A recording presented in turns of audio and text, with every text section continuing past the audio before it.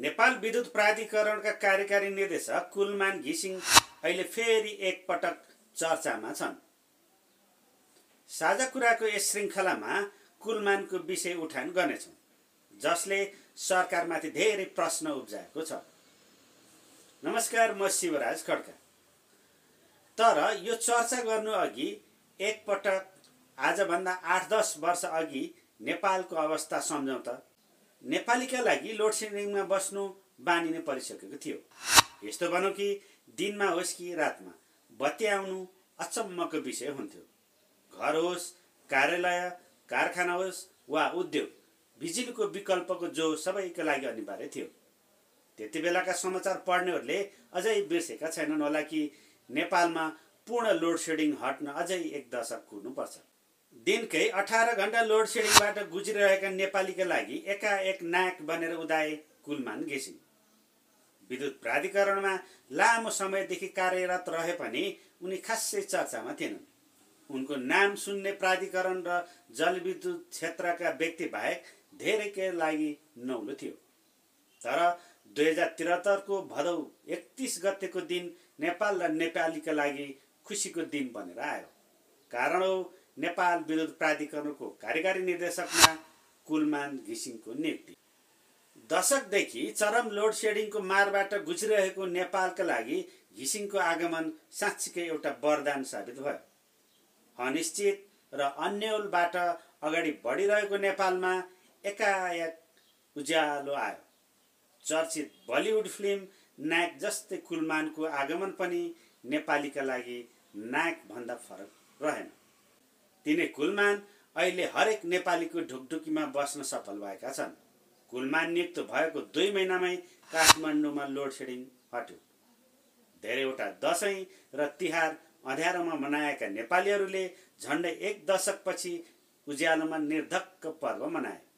नियुक्तिको वर्षदिनभित्र ठुला सहरहरू हुँदै पुरा नेपालमा लोडसेडिङको अन्त्य भएको घोषणा गरे कुलमानले। यसका पछाडि उनको नेतृत्व शैली, व्यवस्थापनको उच्चतम क्षमता र उनको आफ्नै दृढ इच्छाशक्ति नै थियो। त्यसैले त कुलमानलाई नेपालीले उज्यालो नेपालका नायक भनेर सम्मान गरे र आज पनि सोही उपनामले उनी चिनिँदै आएका छन्। कुलमानले आफ्नो कार्यकालमा लोडसेडिङ मात्र अन्त्य गरेका छैनन्। अरबौं घाटामा रहेको प्राधिकरणलाई उनको नेतृत्वमा नाफामा पुर्याए।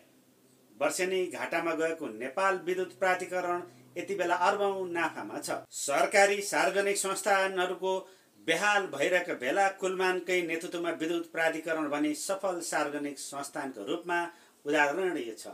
एउटा सक्षम र असल नियतको नेतृत्व भए जति बेलै जुनसुकै अवस्थामा रहेको कमजोर अवस्थाबाट गुज्रिरहेको संस्थालाई पनि सफलताको स्वाद चखाउन सकिन्छ भन्ने उदाहरण कुलमान बनेका छन्।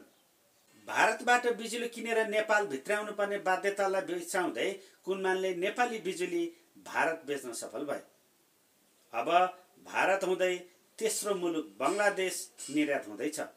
नेपाली बिजुली नयाँ प्रसारण लाइनको विस्तार गर्दै लैजानु, मर्मत सम्भारलाई तीव्रता दिनु, चुहावट कमी गर्दै लैजानु, कर्मचारीहरूको कार्यदक्षताको मूल्याङ्कन र हौसला प्रदान गर्नु र प्राधिकरणको अनुरोधलाई उपभोक्ताहरूले स्वीकार गर्दै पिक आवरको समयमा हुने बढी खपतलाई विद्युत खपत कम गरिदिनु जस्ता यावत कार्यहरू नै उनको कार्यकुशलताको परिचय हो। उनै कुलमानलाई मन्त्री परिषदको बैठकले प्राधिकरणको प्रमुख कार्यकारी अधिकृतबाट हटाएर उनको ठाउँमा हितेन्द्र देव साक्यलाई नियुक्त गरेपछि नेपाली राजनीति एकाएक गरमाएको मात्रै छैन, सर्वसाधारण सरकारप्रति रुष्ट भएका छन्।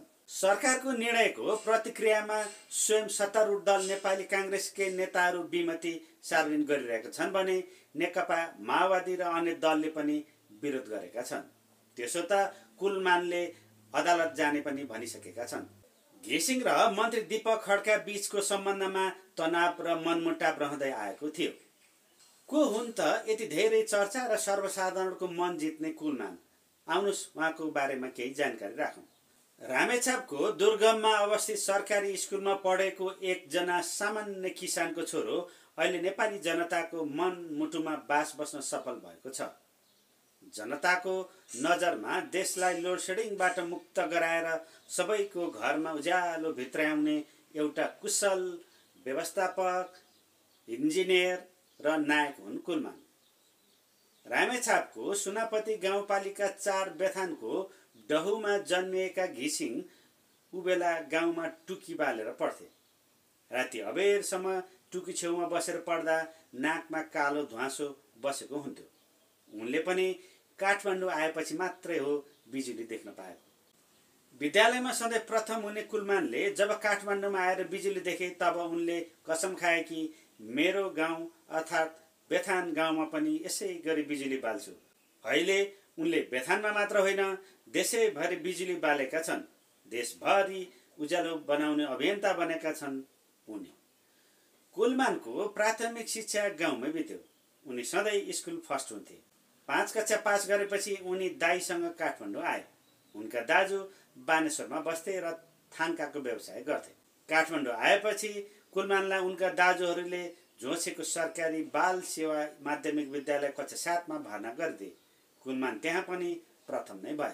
तर सेकेन्ड बोय सिद्धार्थ वनस्थली गएपछि शिक्षकहरूले नै उनलाई यति राम्रो पढाइ भएको केटो बोर्डिङ स्कुलतिरै जानु राम्रो भनेर सुझाव दिए। दाजुहरूले उनलाई अमर आदर्श बोर्डिङमा भर्ना गरिदिए। कुलमान त्यहाँ पनि फर्स्ट नै भए। एसएलसीमा धेरैले कुलमान बोर्डमा पर्ने आश गरेका थिए, तर कुलमानको 4 नम्बर पुगेन। त्यसपछि उनले अस्कल क्याम्पसबाट आइएससी गरे। त्यसपछि उनी छात्रवृत्तिमा भारतमा पढ्न गए। जमशेदपुरबाट सन् 1994 मा बीएससी इलेक्ट्रिकल इन्जिनियर गरेपछि करिब 2051 तिर उनी स्वदेश फर्केर नेपाल विद्युत प्राधिकरणमा 7औं तहको इन्जिनियरको जागिरी भए। काम गर्दै पढ्ने क्रममा पुलचोक इन्जिनियरिङ क्याम्पसबाट पावर सिस्टम इन्जिनियरिङमा मास्टर्स गरे। कुलमानले integrated resource planning with demand side म्यानेजमेन्टमा थेसिस गरेका थिए। प्राधिकरणको एमडी भएपछि उनले त्यसैमा काम गरे र सफल बन्न पनि सफल भए। उनको पढाइ र काम एकसाथ मिल्यो। कुलमान इन्जिनियर मात्र होइनन्, कुशल व्यवस्थापक पनि हुन् उनी। उनले पोखरा विश्वविद्यालयबाट व्यवस्थापनमा एमबीए पनि गरेका छन्, जसले व्यवस्थापनको पाटोमा पनि उनलाई विज्ञता प्रदान गरेको छ। कुलमानको अध्ययन नै यसैमा छ कि विद्युतको माग क्षेत्रबाट भार कसरी घटाउन सकिन्छ र समग्र एकीकृत लोडको रिसोर्स प्लानिङ कसरी गर्ने। कुलमानको अध्ययन आपूर्ति मात्र होइन कि मागको पाटोले पनि पावर जेनेरेसन गर्छ। त्यसैले पिक लोड घटाउन सक्यो भने त्यो नै डिमान्ड साइड हो। प्राधिकरणमा काम गर्दा गर्दै कुलमानले चिलिमेको जिम्मेवारी पाए। जति बेला उनी 10औं तहमा थिए, उनले नेपालको लगानीबाट पनि बिजुली परियोजना सफल बनाउन सकिन्छ भनेर प्रमाणित पनि गरे, जुन उनको आफ्नो व्यक्तिगत करियरका लागि टर्निङ पोइन्ट बन्यो। कुलमानले अपक्ष गरे भन्दा समयमै सफलतापूर्वक परियोजना सफल मात्रै पारेनन्, सेयर दिएर स्थानीयलाई लखपति पनि बनाए। चिलिमेको सेयर जनताका हातबाट दलालहरूले फुत्काउन थालेपछि घिसिङले एउटै गाउँको करिब 7 करोड रुपैयाँ बराबरको सेयर फिर्ता गराए। यो घटनाले गर्दा रसुवाका जनताले कुलमानलाई आँखाको नानीभित्र राखेका छन्। घिसिङले 2078 साउन 25 गते दोस्रो पटक प्राधिकरणको कार्यकारी निर्देशक नियुक्त भएका थिए। 4 वर्षे उनको कार्यकाल आउँदो साउन 24 गते सकिँदै थियो। तर सरकारले कार्यकाल सकिनु 4 महिना मात्र बाँकी छँदा हटाएको छ। घिसिङ डेडिकेटेड र ट्रङ्क लाइनका कारण विवादमा थिए। यसअघि ऊर्जा मन्त्री दीपक खड्काले घिसिङलाई कारबाही गर्नका लागि प्रस्ताव मन्त्री परिषद पुर्याएका थिए। यसपछि सरकारले हटाएको हो, जसमा प्रधानमन्त्रीको पनि साथ देखियो। कुलमान हटाउने ओली सरकारको निर्णयपछि विभिन्न प्रश्नहरू उब्जिएका छन्। नेपाल सरकारको प्रशासनिक जिम्मेवारीमा रहेर काम गरिरहेको कर्मचारीलाई यसरी अपमानजनक ढङ्गले हटाउँदा अन्य कर्मचारीको मनोबल कस्तो रहला? जबकि कुलमानको पदावधि आगामी साउनदेखि स्वतः सकिँदै थियो। पदावधि सकिने एकाध महिना अगाडि यसरी अपमानजनक ढङ्गबाट नहटाई नहुने अपराध घिसिङले के गरेका थिए?